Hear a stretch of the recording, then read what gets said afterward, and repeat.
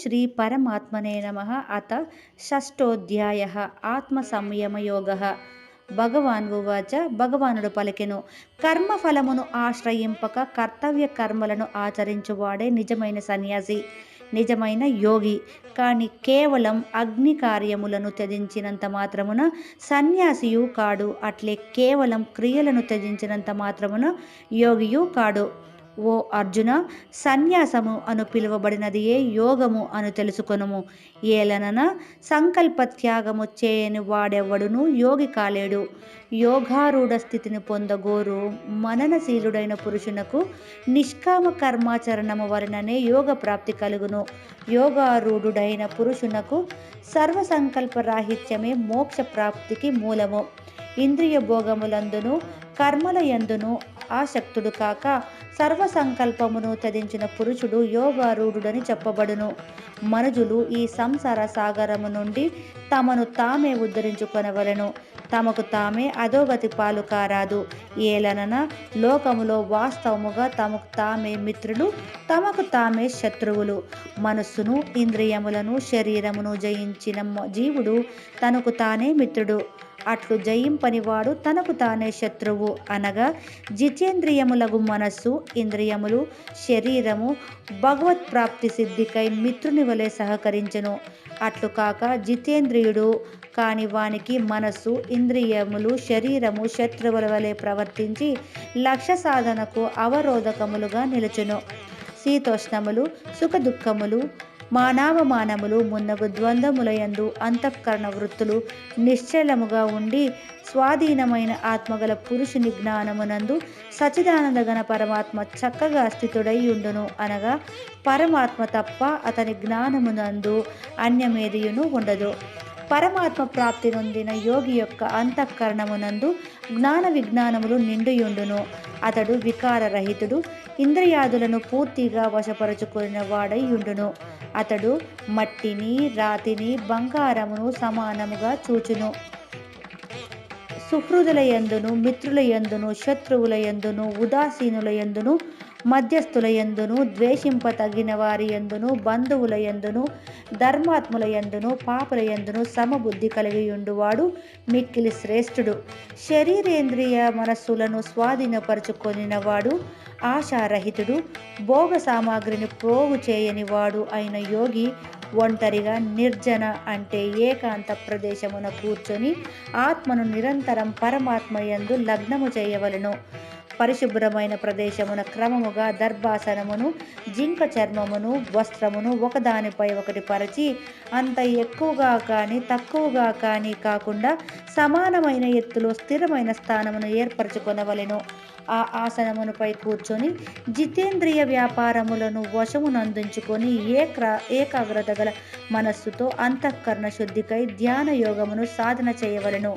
శరీరమును, మెడను, శిరస్సును నిటారుగా నిశ్చలముగా స్థిరముగా నుంచి చూపులను ఏ దిక్కునకును పోనీయక తన నాసికాగ్ర భాగమునందే దృష్టిని నిలుపవలెను.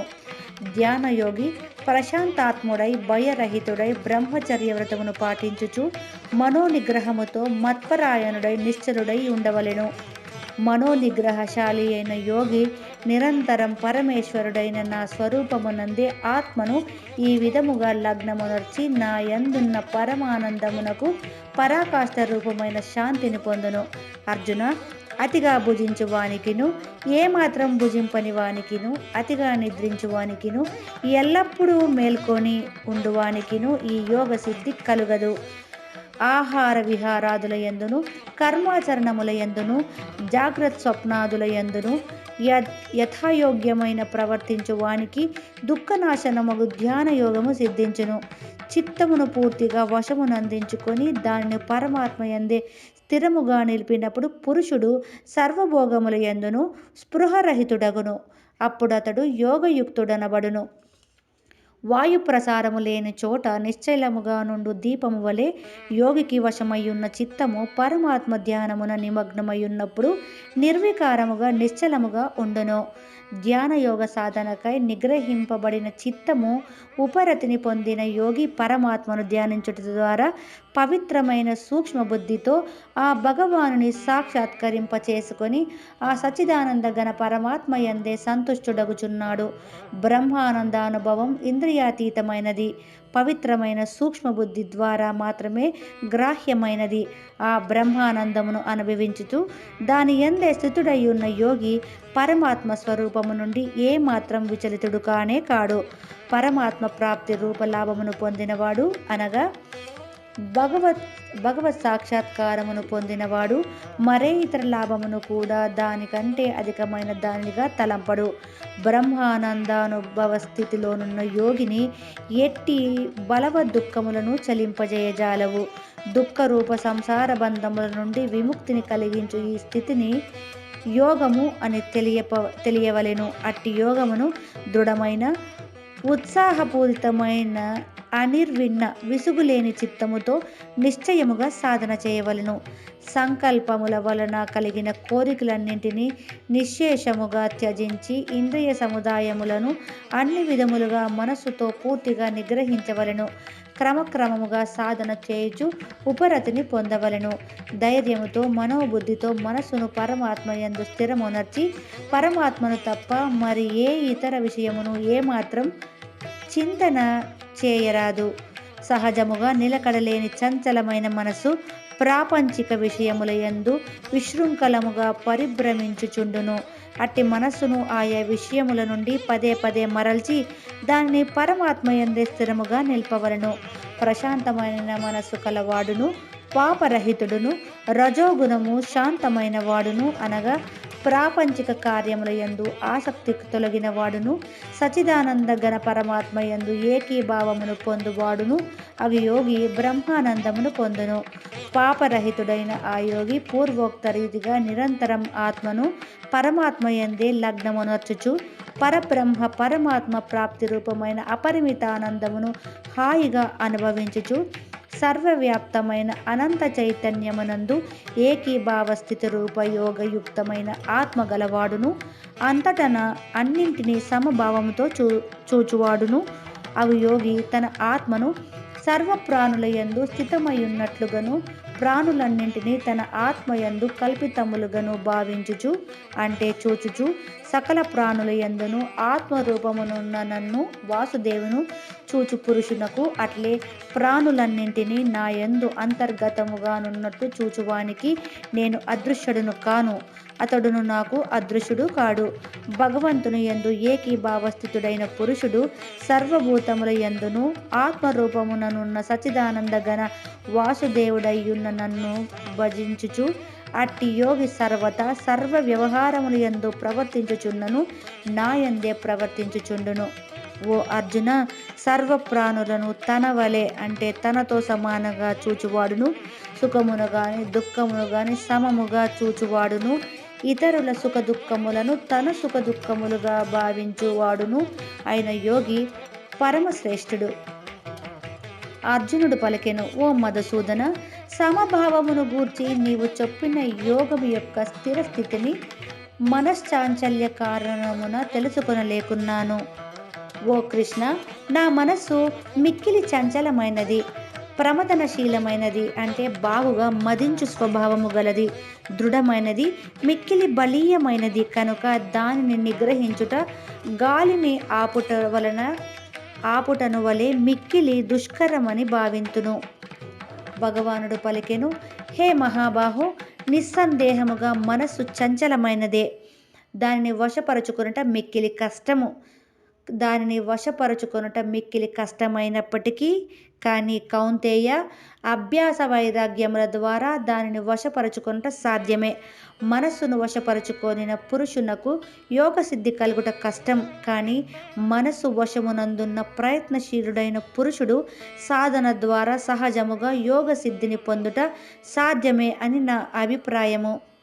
అర్జునుడు పలికెను, ఓ కృష్ణ, యోగమునందు శ్రద్ధాధరములతో యోగ సాధన చేయుచు మనస్సు వశమునందుండని కారణమున అవసాన దశలో మనస్సు చలించి యోగ సిద్ధిని అంటే భగవత్ సాక్షాత్కారమును పొందకయే మరణించిన సాధకుని గతి ఏమగును? హే మహాబాహో, అతడు యోగభ్రష్టుడు భగవత్ప్రాప్తి మార్గం నుండి జారినవాడై, ఆశ్రయరహితుడై, ఆలంబనమును లేనివాడై, ఉభయభ్రష్టుడై, చిన్నాభిన్నమైన మేఘము వలె అధోగతి పాలు కాడు కదా. ఓ కృష్ణ, ఈ నా సందేహమును పూర్తిగా నివృత్తి చేయుట నీకే చెల్లును. ఏలనన ఈ సందేహమును తొలగించుట నీకు తప్ప మరెవ్వరికి సఖ్యము కాదు.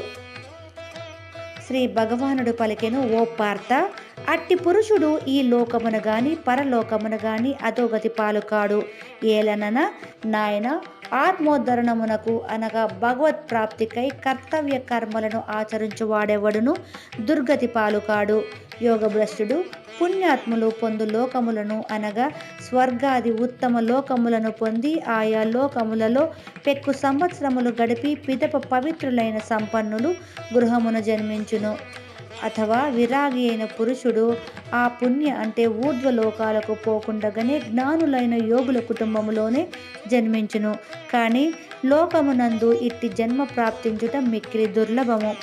అచట అంటే యోగి కుటుంబమును పుట్టిన పిదప పూర్వదేహమును సాధించిన బుద్ధి సంయోగమును అనగా సమబుద్ధి రూపయోగ సంస్కారములను అతడు సులభముగానే పొందును. ఓ కురునందన, ఆ బుద్ధి సంయోగ ప్రభావమున అతడు మరలా పరమాత్మ ప్రాప్తి సిద్ధించుటకై మునుపటి కంటెను అధికముగా సాధన చేయును. శ్రీమంతుల ఇంటిలో జన్మించిన యోగ భ్రష్టుడు పరాధీనుడైనను పూర్వ సాధన ప్రభావమున నిస్సందేహముగా భగవంతుని వైపు ఆకర్షితుడగును. అట్లే సమబుద్ధి రూపయోగ జిజ్ఞాసువు కూడా వేదములలో తెలుపబడిన సకామ కర్మల ఫలమును అధిగమించును.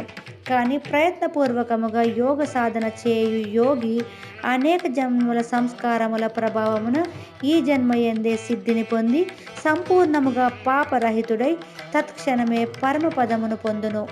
యోగి తాపసుల కంటెను శ్రేష్ఠుడు, శాస్త్రజ్ఞానుల కంటెను శ్రేష్ఠుడు, సకామ కర్మములను ఆచరించు వారి కంటెను శ్రేష్ఠుడని భావింపబడును. కావున ఓ అర్జున, నీవు యోగివి కమ్ము.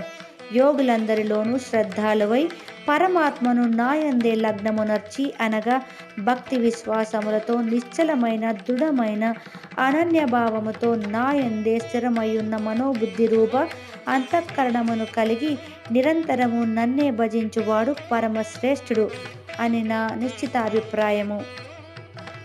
ఓం తత్సదితి. శ్రీమద్భగవద్గీతా ఉపనిషత్తు బ్రహ్మ విద్యాయాం యోగశాస్త్రే శ్రీకృష్ణార్జున సంవాదే ఆత్మ సంయమయోగో నామ షష్ఠోధ్యాయః.